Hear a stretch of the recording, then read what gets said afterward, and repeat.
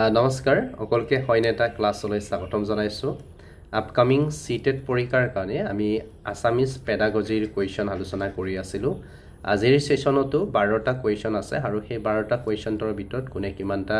correct কৰিব পাৰে comment সেকশনত comment কৰি জনাব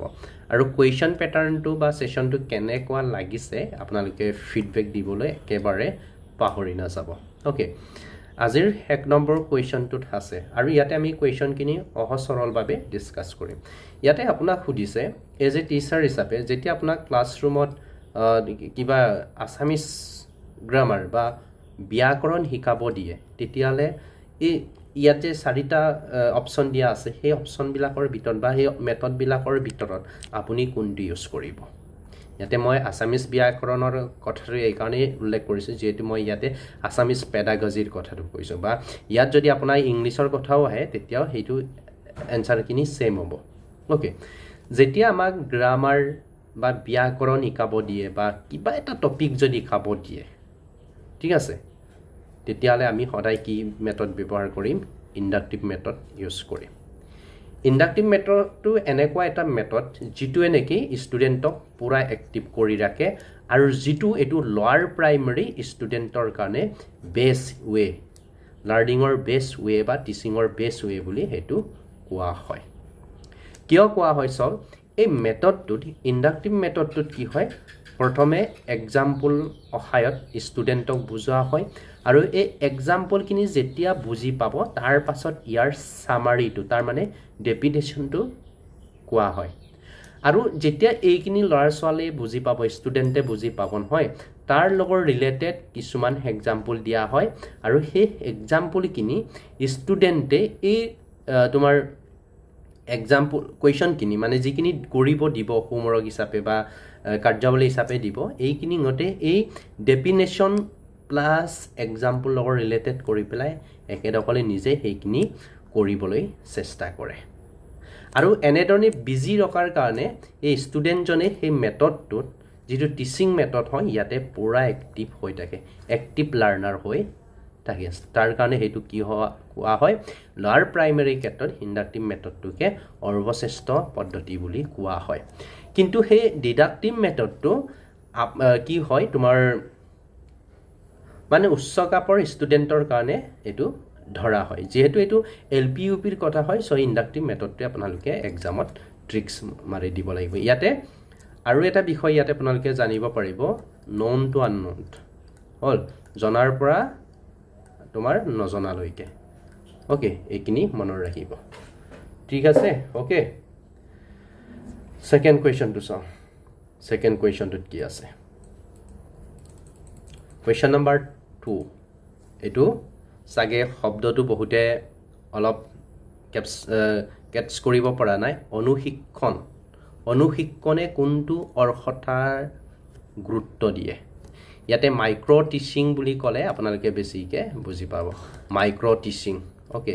মাইক্ৰো টিচিংয়ে কোনটো বেছিকে গুৰুত্ব দিয়ে ইয়াতে আছে পদ্ধতি তাৰ পিছতে দক্ষতা আছে বিষয়বস্তু আছে আৰু দৃষ্টিভংগী আছে সো অদায় মনৰ ৰাখিব অনুশিক্ষণ বা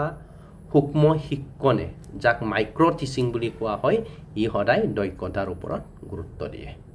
ওকে তাৰ পিছতে কোৱেশ্যন নম্বৰ 3 ত আছে আপোনাৰ আছামিজ সাবজেক্ট বা ইংলিশ সাবজেক্ট পঢ়াই আছে এই ক্ষেত্ৰত যেতিয়া মই মাইন্ড মেপিং বুলি কম তেতিয়ালা কি আপুনি মেপ আঁকিব নেকি সোশিয়াল বা জিওগ্ৰাফি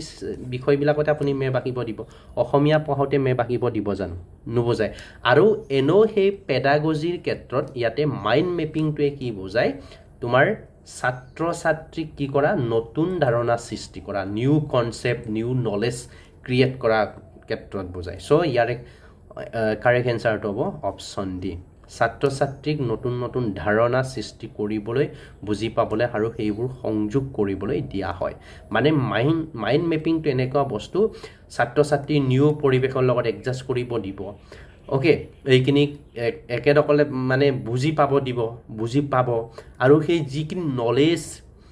একুৱেৰ কৰিলে যিখিনি নলেজ বা জ্ঞান লাভ কৰিলে হেতু প্ৰ্যাকটিক্যাল লাইফত এপ্লাই কৰিব পৰা হয় এইটোতে এইটো মাইন্ড মেপিংটোৱে বুজায় ওকে নেক্সট তাৰপিছত কুৱেশ্যন নম্বৰ 4 কুৱেশ্যন নম্বৰ 4ত আছে ইয়াতে এনচাৰটো ওলাইয়ে গ'ল ইয়াতে আমাৰ কি হয় আমি দুটা PDF বনাম এটা গ্ৰুপত শ্বেয়াৰ কৰিবৰ কাৰণে বনাম এটা ক্লাছ কৰিবৰ কাৰণে বনাই দিওঁ ইয়াতে একচুৱেলি এনচাৰটো ওলাই গ'ল ইয়াক ক'বলগীয়া একো নাথাকে তথাপিও কৈ দিওঁ language acquisition and language learning এই দুটাৰ মাজত পাৰ্থক্য আছে গম পাইছেনে পাৰ্থক্য আছে লেংগুৱেজ একুইজিশ্যনটো এনেকুৱা এটা বস্তু বা ভাষা আহৰণটো এনেকুৱা এটা বস্তু যাক জন্ম হৈ কোনোবা এজন মানে চিলড্ৰেন বা চাইল্ড বা ইউৱে নিজে শিকিব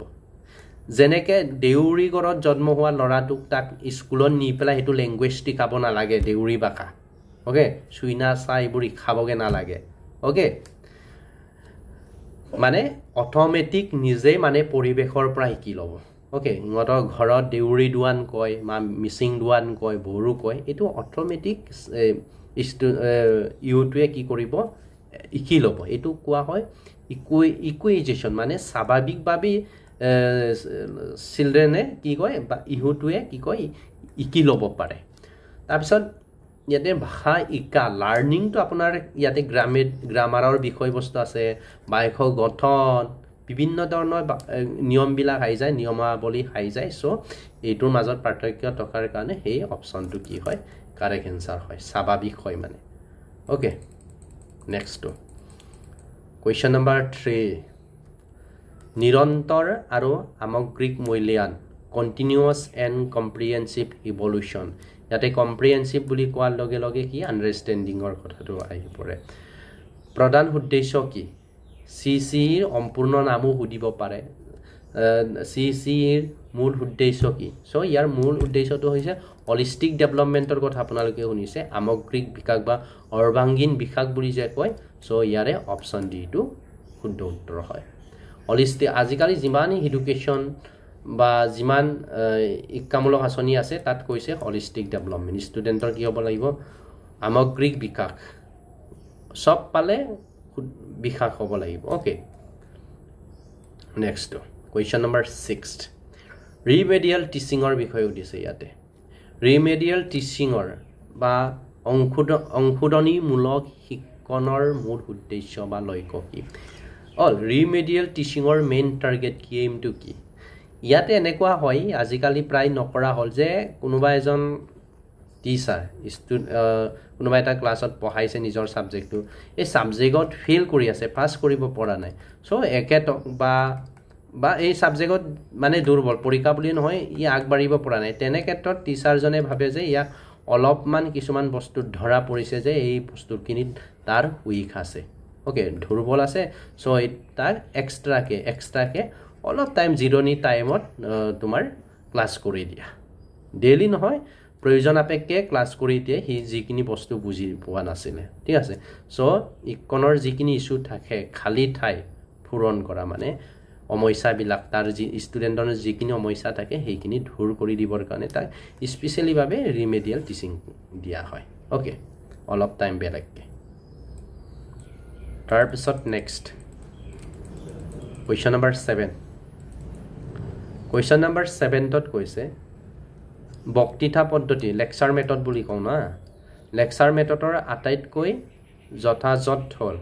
ইয়াৰ মানে ইয়াক কিয় সুবিধাজনক বক্তৃতা পদ্ধতি লেকচাৰ মেথডৰ পৰা আমাৰ কি লাভ হয় মানে কিয় সেইটো ইউজ কৰিলে আমাৰ প্ৰফিট হয় চ' আমি সদায় যে কিবা এটা বস্তু যে লিখি নকওঁ বা কিবা কিবি বস্তু যে আমি বুজাওঁ লেকচাৰ দিওঁ তাৰ মানে কি হয় লেছ টাইমত অতি কম সময়ৰ ভিতৰত আমি বহুতখিনি বিষয় ক'ব পাৰোঁ বা বুজাব পাৰোঁ বা মেছেজ আমি দিব পাৰোঁ ঠিক আছে হয়তো বহুতে অপশ্যন বিটো ভাবিছিলে চাগে সমূহ সময়ত অধিক বাৰ্তা দিব পাৰে মানে ইয়াৰ থ্ৰুৱেদি লেকচাৰ মেথডৰ থ্ৰুৱেদি বহুতখিনি মেছেজ বা বহুতখিনি পাঠদান কৰিব পাৰে অ'কে ছাত্ৰৰ মাজত বুৰগম্যতা বিকশিত কৰিবই এইটোতো থাকেই কিন্তু মেইনলি এইটো কম সময়ৰ ভিতৰত লেকচাৰ মেথডে বহুতখিনি টপিক কভাৰ কৰিব পাৰে আগতে যেতিয়া টিচাৰ চেণ্টাৰ আছিলে এডুকেশ্যন মেথডবিলাক কি আছিলে টিচাৰ মানে শিক্ষক কেন্দ্ৰিক আছিল অ'কে শিক্ষক কেন্দ্ৰিক আছিলে কিন্তু এতিয়া ইহু কেন্দ্ৰিক চাইল্ড চেণ্টাৰ এডুকেশ্যন বুলি কোৱা হয় ছাত্ৰ বা ছাত্ৰীৰ ওপৰত বেছ কৰি পেলাই টিচিংবিলাক কৰিবলগীয়া হয় অ'কে তেনেকৈ চাইল্ড চেণ্টাৰ ইনক্লুচিভ এডুকেশ্যন আহিলে তাৰপিছত কুৱেশ্যন নম্বৰ 8 ইয়াতে চোৱা কুৱেশ্যন নম্বৰ 8টোত কি কৈছে প্ৰাথমিক স্কুলৰ ইউৱে অতি কাৰ্যকৰীভাৱে এনে এক পৰিৱেশত শিকিব মানে এজন ষ্টুডেণ্টে এটা মানে লোৱাৰ প্ৰাইমেৰী ষ্টুডেণ্টজনক যদি নতুনকৈ আহে বা স্কুল আহে তেতিয়াহ'লে কোনটো পৰিৱেশত ই চবচে আৰামত শিকিব মানে কোনো ভয় তেনেকৈ মানে কোনো সংকোচ নোহোৱাকৈ সি ফ্ৰী মাইণ্ডত নেচাৰেলি শিকিব পাৰে সেইটো কথা কৈছে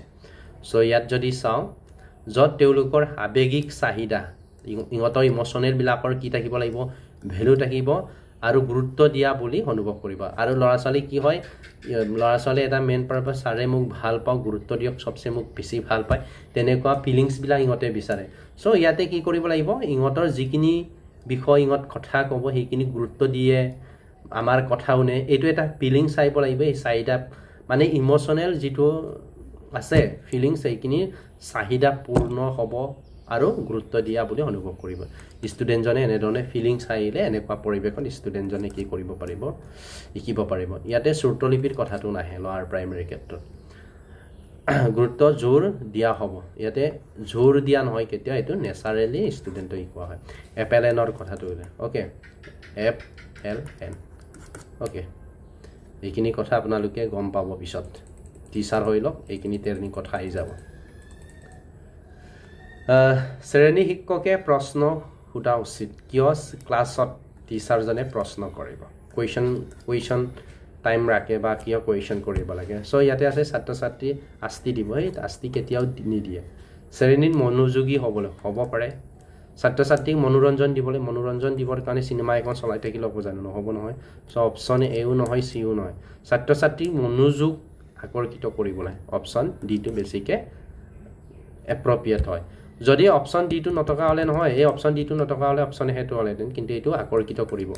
মানে এক্টিভ কৰি ৰাখিব অল চেপ্টাৰটোৰ প্ৰতি এক্টিভ আৰু আকৰ্ষিত কৰি ৰাখিব চ' এককে মাজে মাজে কি কৰিব লাগে ক্লাছৰ সময়ত প্ৰশ্ন কৰি থাকিব লাগে তেতিয়া ষ্টুডেণ্টজনে ভাবি লয় মানে প্ৰশ্ন সুধিলে ক'ব নোৱাৰিলে বেয়া হ'ব নহয় চ' টিচাৰজনে যিখিনি বিষয় কয় সেইখিনি শিকি লয় একচুৱেলি মই ইয়াত যদি কওঁ আছামিছৰ CDPৰ কাৰণে যিহেতু 15 নম্বৰে আহে পেডাগজি চ' এইটো বেছি ফ'কাছ কৰিব নালাগে আপোনালোকে কমন CDPটো ফ'কাছ কৰক কাৰণ কমন CDP তোমাৰ লৰেন্স কলবাৰ্গৰ মৰেল ডেভেলপমেণ্ট থিয়ৰী লেব বাইগটক্সিৰ তোমাৰ কি আছিলে ছ'চিয়েল কালচাৰেল থিয়ৰী তাৰপিছতে আপোনাৰ পিয়াজেছৰ কগনেটিভ ডেভেলপমেণ্ট যিখিনি থিয়ৰী আছে সেইখিনি প্ৰায়বিলাকৰ লগত মিল থাকে গোটেই এক্সামটোৰ লগত ৰিলেটেড থাকে চ' সেইখিনি ক্লিয়াৰ কৰিলে আপোনালোকে এইখিনি প্ৰায় পাৰিবই অ'কে 10 নম্বৰটো এইটো এগৰাকী সাৰ্থক ভাষা শিক্ষকে কি কৰিব ইয়াতে পাঠ্যপুথি থকা সকলো প্ৰশ্ন উত্তৰ শিকায় অকল উত্তৰ শিকালেই হ'ব নেকি নহ'ব পাঠ্যপুথি ব্যৱহাৰ কৰে আৰু পাঠ্যপুথিৰ উপৰিও বা পাঠ্যপুথি অতিক্ৰমে শিক্ষাদান কৰে অ'কে হলিষ্টিক ডেভেলপমেণ্ট অকল ক্লাছৰুমৰ ভিতৰত বস্তুখিনি শিকালে নহ'ব বাহিৰৰ বিষয়খিনিও কি কৰিব লাগিব ষ্টুডেণ্টক আজিকালি শিকাব লাগিব অ'কে যিটো আমি স্কুলত কৰি থাকোঁ সম্পূৰ্ণ পাঠ্যক্ৰম ভিত্তিত প্ৰশ্ন কাকত প্ৰস্তুতটো লাগিবই কিন্তু মষ্ট এপ্ৰপ্ৰিয়েট নিৰ্দেশিত পাঠ্যপুথি তথা পাঠ্যক্ৰমৰ বাহিৰত একো নপৰে এইটোতো নহয় হলিষ্টিক ডেভেলপমেণ্ট হ'ল উইদিন ক্লাছৰুমত ষ্টুডেণ্টে থাকিব নোৱাৰিব চ' অপশ্যন কোনটোত উত্তৰ হ'ব অপশ্যন বিটোত উত্তৰ হ'ব এইটো কোনোবা এটা এক্সামত আহিছে এইটো চিটেড সেইকাৰণে তাৰ অপশ্যনবিলাক ABCD আহি গৈছে অ'কে আহিছিলে এইটো তাৰপিছতে ইয়াতে আছে 11 নম্বৰ কুৱেশ্যনটো লেংগুৱেজ শিকিবৰ কাৰণে এজন ইউৰ কাৰণে আটাইতকৈ প্ৰয়োজনীয় বস্তুটো কি চ' ইয়াৰে কাৰেক্ট এনচাৰ হ'ব অপশ্যন চি মানে ইহুৱাইত্য অ'কে তাত গল্প থাকিব কবিতা থাকিব অ'কে ৰাইমছবিলাক বৃদ্ধি কৰিব তেতিয়া তেনেধৰণে একেসকলৰ কি হ'ব গ্ৰোথ বৃদ্ধি হ'ব তাৰপিছত লিখন দক্ষতা বৃদ্ধিৰ কাৰণে তলৰ কোনটো আটাইতকৈ গুৰুত্বপূৰ্ণ কি হ'ব নিজৰ অভিজ্ঞতা ধাৰণা আৰু আদৰ্শ আদি প্ৰকাশ কৰি লিখা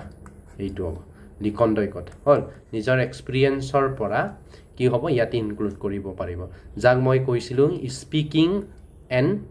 ৰাইটিঙক কি কোৱা হয় এক্টিভ এণ্ড প্ৰডাক্টিভ বুলি কৈছিলোঁ নহয় active and productive and listening আৰু তোমাৰ ৰিডিঙক কি বুলি কৈছিলোঁ মই তোমাৰ প্ৰেছিভ এণ্ড ৰিচেপ্টিভ অ'কে চ' এইটো আছিলে আজিৰ ক্লাছ নেক্সটত আমি